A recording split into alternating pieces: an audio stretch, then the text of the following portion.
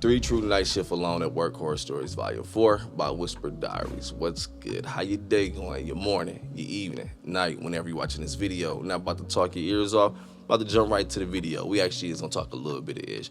Honestly, closing is not really creepy as most make it out to be. Unless if you work at like one of those gas stations that's off a random exit in the middle of nowhere at night, closing that, I ain't gonna lie to you, doggy bone. Can't do that one, don't know how you do it. Or if you're working with those big buildings that just be empty at night, or it's just you in that mud closing, those two, all right, you can take the cake. I can't do that one, dog. But hey, hopefully you're not closing right now as you're watching this video. If you are, dog, my bad. Yo, you wanna check out the original? Link will be in the description below, but let's go.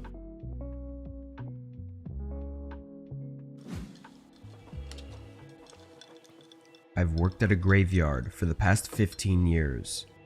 Most of those years being the typical graveyard shift, which was from 11 p.m. to 7 a.m. In my mind, working overnight had way more benefits than working during the day. Day workers had more to do since more people would be visiting the yard. There would also be burials taking place a few times a week that need to be arranged. And, above everything else, night shift gets paid an extra $2 an hour. I've seen a lot during my years working night shift though. Mostly teens messing around or the occasional drunk group of friends daring each other to walk through the yard. However, this night was different. I got to the small faculty building a bit early to chat with the day worker, and once he left, I did all of the normal checks and precautions at the beginning of my shift.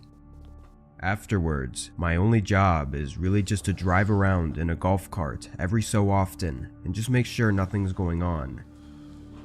I'd say I only encounter something once a month, or maybe even every other month. Anyway, the first few hours were normal. I drove around several times, then went back to the small faculty building to eat my lunch. I think it was around 2 a.m. when I went back out to do another round of the yard. As I got to the far end, I saw something by the fence.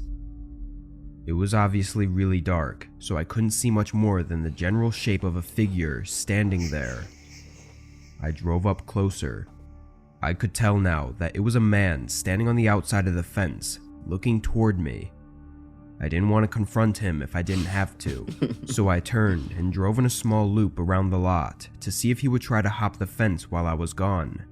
But when I got back after 30 seconds, he was gone. I scanned the area briefly to make sure he didn't sneak in, but it all looked clear, so I continued with my patrol. Going through the whole yard takes about 15 minutes, but sometimes I'd go slower just to pass the time.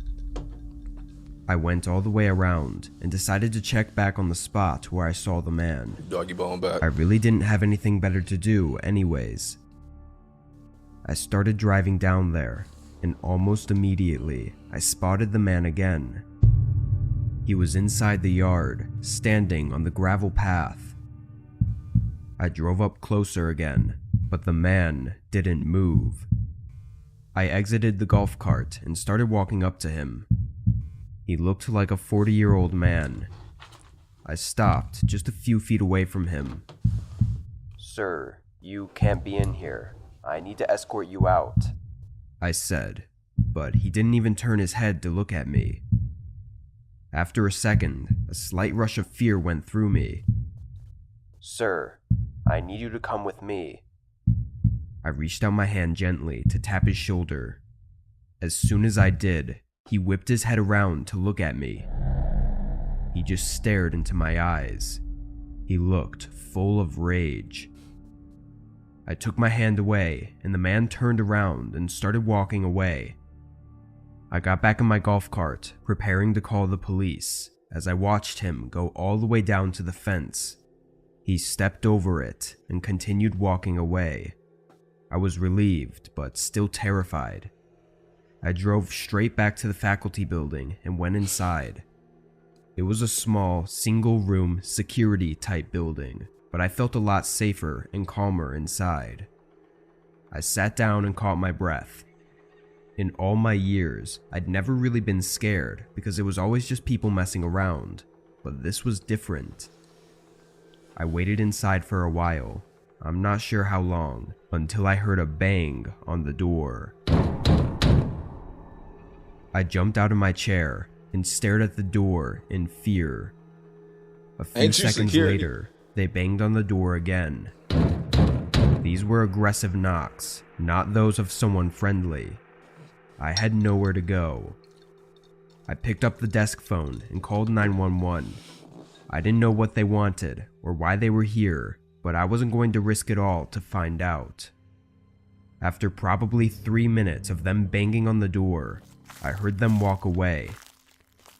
I still waited for the police to arrive before I opened the door. The following day, my manager was able to pull the CCTV security footage from the building.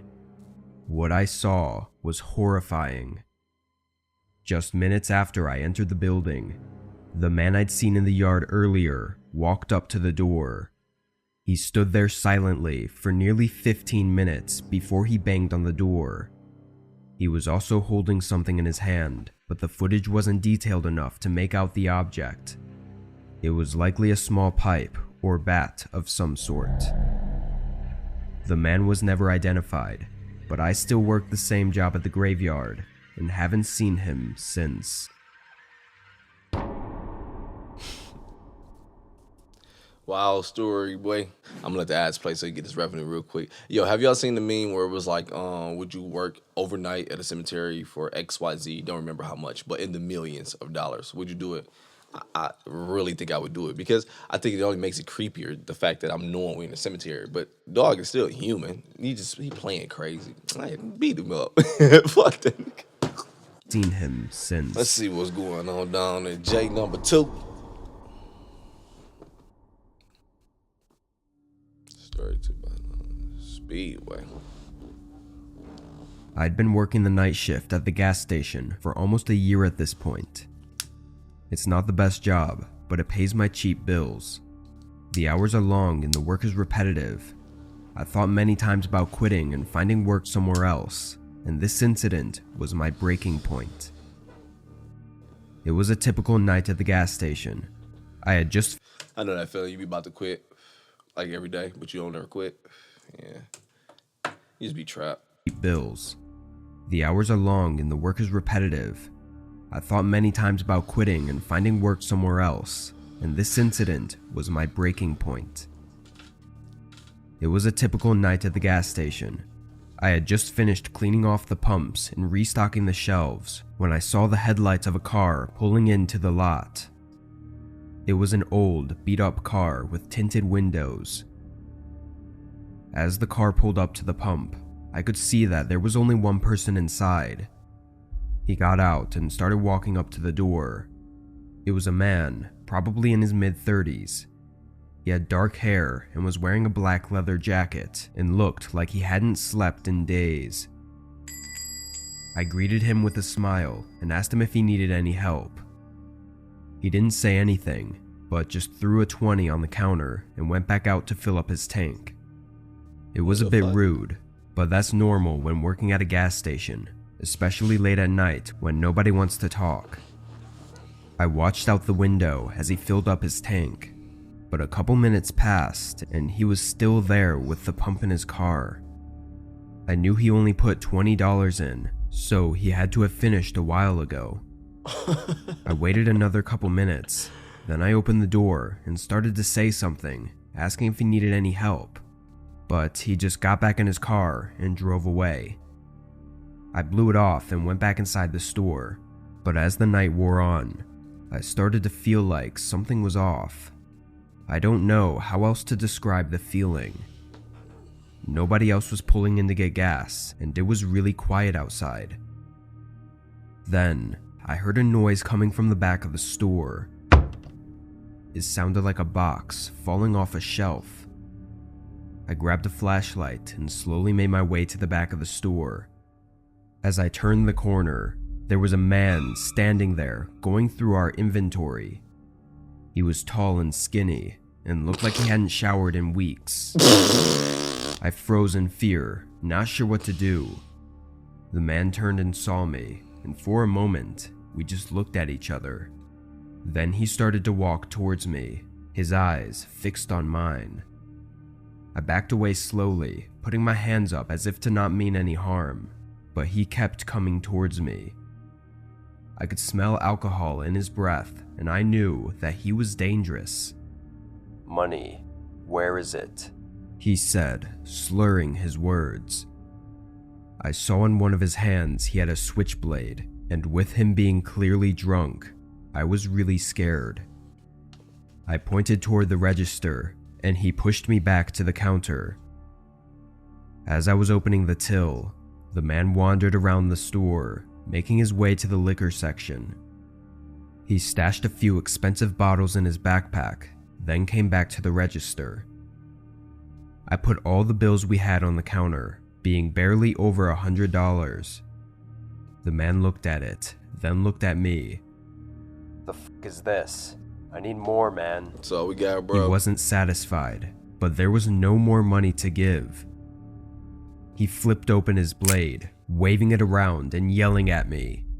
I was sure he was going to jump the counter and beat me to death. But then, he suddenly swiped the cash and bolted out the door. My heart was pounding as I looked out the window, seeing that same beat-up car from earlier. The man got inside and they drove off. The police came a few minutes later, responding to the emergency button I pressed while the man was browsing the booze. But they weren't too helpful right away. No Thankfully, shit. though, the cameras outside the building were able to pull a license plate from the car, and 4 days later, I was informed that both men were caught. Apparently, they were homeless and had stolen the car. They then went on a crime spree, robbing as many stores as they could, mostly just of alcohol and money. I feel pretty lucky to have made it unharmed, because their erratic behavior sent one worker to the hospital after an encounter with them. Especially with them being drunk. A couple weeks later, though, I quit my job and moved to work in the day shift somewhere else. I hear that, doggy bomb. Hey, real quick, someone puberty told me, I don't know how true this is, but because in Arizona we had these Circle K's and ish. Them must used to jump like clubs at night, I ain't gonna lie. But regardless though, you'll see people come in, just grab beer, walk out, whatever at night. Someone said the people behind the counters can't do anything because of course they don't want to risk their life for that, which I think is a good thing. I agree with that because I ain't doing the ish either if you come to steal some whatever, dog. I don't know if that's true or not. Also, another thing, like I mentioned, working at a gas station, them creepy ones at night. I definitely wouldn't do a chain one. The reason why I like those mom and pop ones, those ones that look like go back to your country, boy. I was speaking of those ones. But if it was those ones though, the robbery would hella different because I guarantee they'd had a gun in there. I was like, man, this is wild. I was like, they ain't got no gun, he ain't got no gun. But I was like, oh yeah, he works at Speedway. They're not gonna let dog have no gun in there.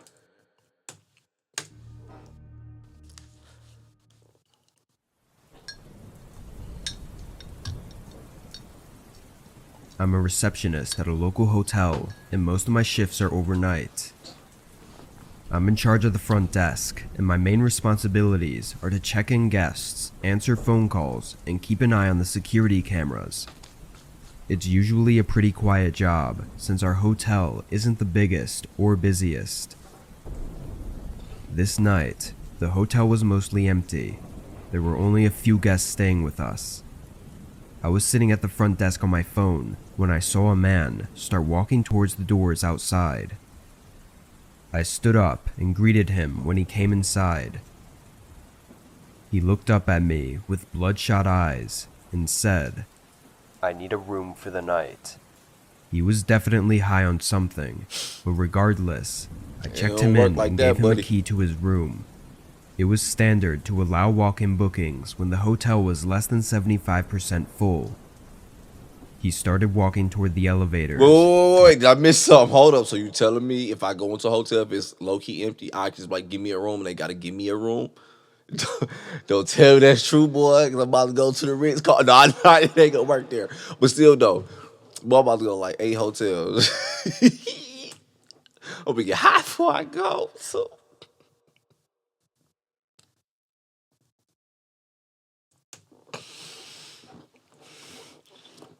Intimidating.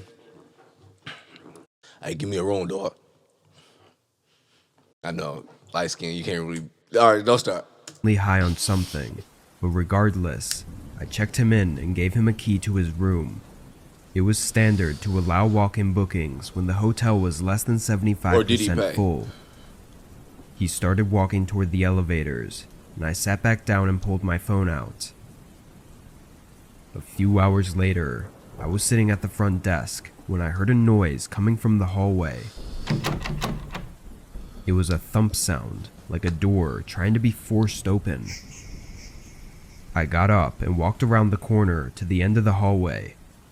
The man I checked in a few hours ago was standing there, trying to open up one of our maintenance doors. Can I help you find something? I asked. He looked over at me with those creepy eyes.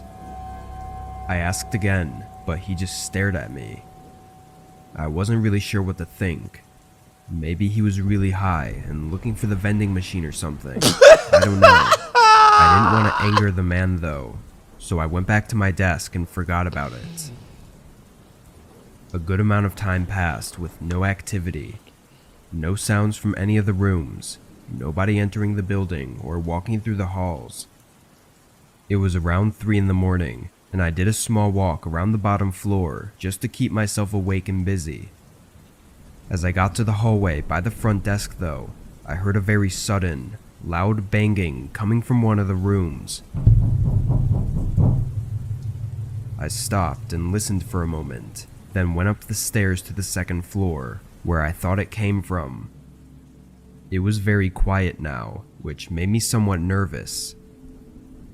I walked down the hall, hearing nothing, but when I reached the end, one of the room's doors was open.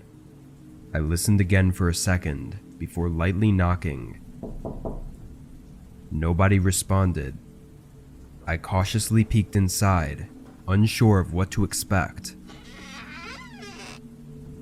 It seemed empty. I wasn't comfortable walking all the way inside though, so I couldn't really look around, but I was sure nobody was inside. I closed the door and looked at the room number. 112. That was the room I'd given to the man. I never saw him exit the building though. I quickly walked back down to the front desk. I looked at all the security cameras we had in the lobby and outside the building, but the man didn't turn up. I jumped. It was the hotel phone. One of the rooms was calling. I picked it up. Hello, how can I help you? There was a woman on the line, telling me about some man knocking on her door in the middle of the night. I apologized and assured her I would take care of it. I hung up and took a deep breath. I was getting really nervous now. I walked around the desk, but then again, the phone started ringing. It was someone else from a different room this time, saying he had the same experience as the other woman, someone knocking at his door in the middle of the night. I called the police right away. I stood by the front doors until they arrived, just in case I needed a quick escape. I hear that, Luckily, dog. I was saying, yo, because when I be saying ish like that, when we watch these kind of videos, I be like, man, am I sounding crazy? Like, does that not sound normal? Yes. Off track. We'll get back to the video real quick. Yeah, I'm standing by the exit as I'm still secure and everything. All right, boom. Just like when I'm like, yo, if I am making a delivery, doing whatever, it's a spot I don't trust. No, I'm not about to put my car in park, turn it off, get out, walk around. Hell no. I'm standing there, car is still in drive, hand on the only thing. My foot is on the brake. That's it. Then I'm doing whatever transaction I gotta do. If anything feel weird, then I can just gotta go, whatever. So yeah, I get that. I understand that. I ain't security. I ain't about security this shit. I'm about to get out. You can say what you want. The front doors until they arrived, Nigga, I'm a host just in case I or needed a clerk. quick escape. Luckily, they came before anything happened, but they didn't find the man. Instead, they found a broken window in his room, where he likely jumped out of. It was on the second story though, so I'm not sure how he managed to get away without some major Little injuries. crackhead.